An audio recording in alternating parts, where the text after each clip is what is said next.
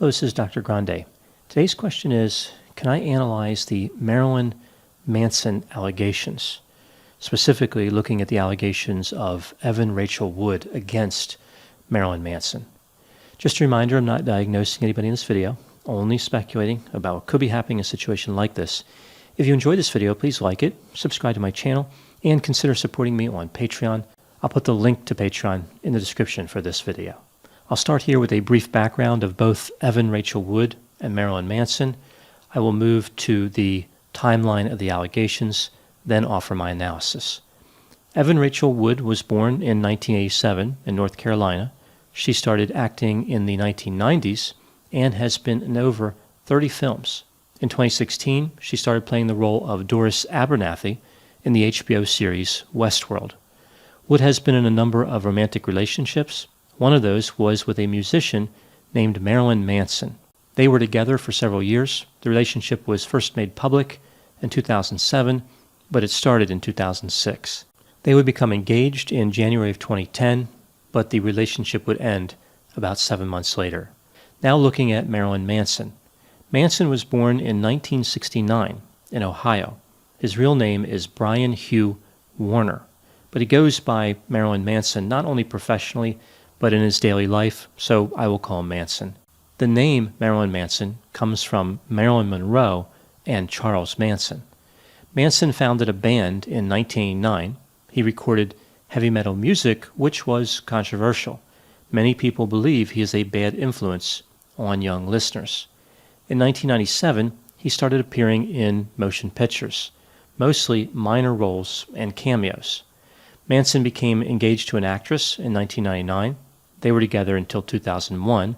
He started a new relationship with a dancer. They would marry in 2005 and divorce in 2007.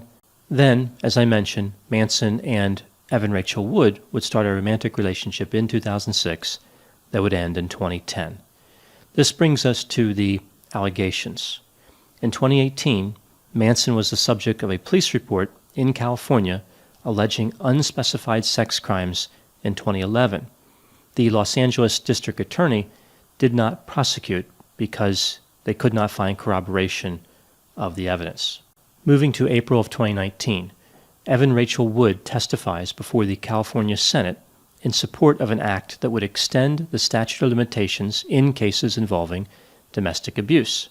At that time, she talked about sexual abuse and indicated she had post-traumatic stress disorder. Many people believed that her unnamed abuser was Marilyn Manson. When he was questioned about it, he said, "Unfortunately, we live in a time where people believe what they read on the internet and feel free to say what they want with no actual evidence. The effects can be catastrophic, and promoting non-fact-based information is wholly irresponsible." This brings us to February 1, 2021. Evan Rachel Wood accuses Marilyn Manson of abuse.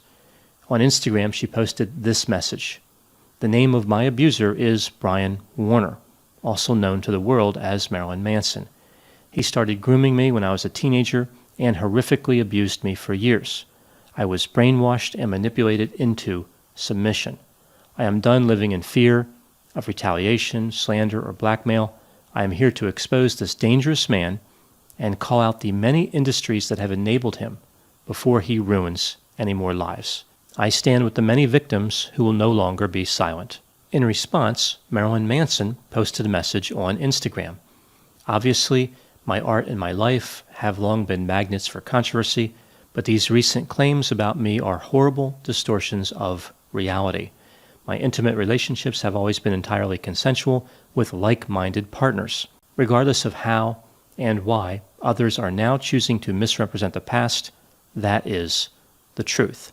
In addition to Evan Rachel Wood, 4 other women have publicly accused Marilyn Manson of abuse, including sexual assault and psychological abuse.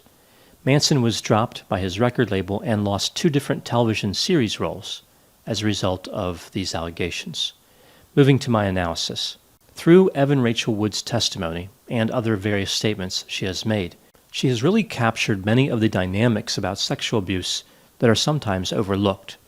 During my career as a mental health counselor, I worked for 6 years treating people who were survivors of sexual abuse. Several of the components of that work that really stood out for me were discussed by Evan Rachel Wood. Not only was she telling her story, it was like she was telling the story of many survivors. I'll give a few different examples here. The first example I'll talk about is manipulation. Wood specifically referenced gaslighting, brainwashing, grooming, and manipulation. She talked about how she was terrified, threatened, tied up, beaten, and harassed when she tried to leave. Manson himself told a magazine that he called Evan Rachel Wood 158 times in one day at some point after they broke up. He also said he had fantasies every day about smashing her skull with a sledgehammer. Later, his representatives tried to say this statement was nothing more than a theatrical rock star interview promoting a new record, which I think indicates how gullible they must think the public really is. Moving back to Wood's reference to manipulation, this is a critical item that she mentioned. Sometimes people hear about sexual abuse and they think that it only has a physical component to it, like one person made some type of physical contact with another that was of a sexual nature. This is definitely part of sexual abuse, but the manipulation is often what puts the perpetrator in a position to be able to conduct the abusive behavior and to escape the consequences. The manipulation is really the key. The narcissistic and often psychopathic tendencies are what people need to recognize in addition to any physical signs of abuse. I think a lot of abuse could be prevented if people were more aware of what narcissistic manipulation looks like, what it is and isn't, what is manipulative and what would not count as manipulative in the context of any given relationship. People who are around survivors when abuse was happening say things like, "I didn't see any signs." What I would say in response to that would be, what elements were you looking at? What was being observed and interpreted? One must consider all the behavior, not only the behavior which is overtly criminal. The insidious behavior must be considered as well. A person's words, mannerisms, gestures, and expressions, for example. As a part of the manipulation, Wood also mentioned gaslighting. This is an extremely powerful technique that narcissists use. The abuser will take the survivor's own insecurities and turn them against the survivor. The insecurities are more pronounced because of the abuse itself. So it's this vicious cycle that rewards the abuser for gaslighting. Their ability to gaslight becomes enhanced due to their own abusive behavior. The more the perpetrator commits abuse, the more they can blame the survivor for what is happening to the survivor. Moving to the second example, this is escalation. Evan Rachel Wood specifically discussed how the behavior escalated. I think she made a critical point here.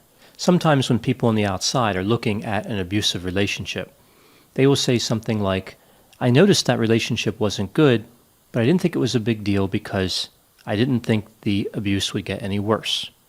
So they thought that the survivor was safe because the dangerousness of the abuse was somehow capped. In reality, the abuse will likely get worse. The perpetrator starts abusing with small boundary crossings, like in a gray area, then moves to something that's clearly wrong, and after that, they keep escalating until the abuse becomes severe. Sexual abuse is rarely simply an isolated act that violates a boundary. Rather, it is a series of acts coordinated to violate boundaries in increasingly disturbing ways. The perpetrators are insidious. They work to avoid detection. They monitor people's reactions to their behavior to make sure they don't attract too much negative attention. The third example I want to talk about is the long-term damage. Evan Rachel Wood said, "So often we speak of these assaults as no more than a few minutes of awfulness, but the scars last a lifetime."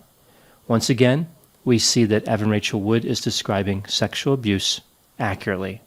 Sometimes things happen to people and they can bounce back. This happens every day. Small insults or minor injuries, people can just brush them off and keep going. Sexual trauma is not like that at all. It's not necessarily a life sentence, and there is hope for recovery, but the damage and the recovery are often long-term. Evan Rachel Wood said that She not only had post-traumatic stress disorder, which I mentioned before, but she struggled with depression, addiction, agoraphobia, night terrors, and had 2 suicide attempts. She said, "It took me so long to process everything and to get to a place where I felt even safe enough to speak about the abuse, and it's scary." The consequences of sexual trauma are devastating. It can reshape the way a survivor relates to other people, the way they relate to themselves, like self-esteem. It can make a survivor distrusting of others or overly trusting. It can lead to emotional dysregulation, substance use, really everything that Evan Rachel Wood talked about. It's so crucial that people understand not only the long-term damage, but how it's a lonely journey for a survivor after they come forward and tell their story. A journey that can lead to recovery, but it can also take a serious toll. Sometimes when a survivor comes forward with their story, people around them will be immediately supportive, but then people simply lose interest. The survivors of sexual abuse are often forgotten. The time for supporting someone who comes forward with an abuse allegation is always immediately when they start talking about it, a month later, a year later, 10 years later, all the time. It doesn't have to be an unrealistically large number of people to support their survivor. They don't necessarily need 100 people supporting them for life. It can even be just one key relationship, but it does need to be somebody. Recovering alone is quite difficult. The last item that really connected with my clinical experience treating survivors of abuse is featured in Evan Rachel Wood's story of bravery. She's not calling herself brave, but clearly she is brave. It takes a lot of courage to tell people about sexual abuse. The disclosures are often in stages. For example, Evan Rachel Wood started talking about abuse, but not naming anybody specific. This is fairly common. Each and every time the survivor talks about the abuse, there is evidence of courage and bravery. It's not just courageous the first time, it's courageous every time. For many survivors, it never gets any easier to tell the story, but it is a story that everyone needs to hear. Those are my thoughts on the Marilyn Manson allegations. Please put any opinions and thoughts in the comment section. They always generate an interesting dialogue. As always, I hope you found my analysis of this topic to be interesting. Thanks for watching.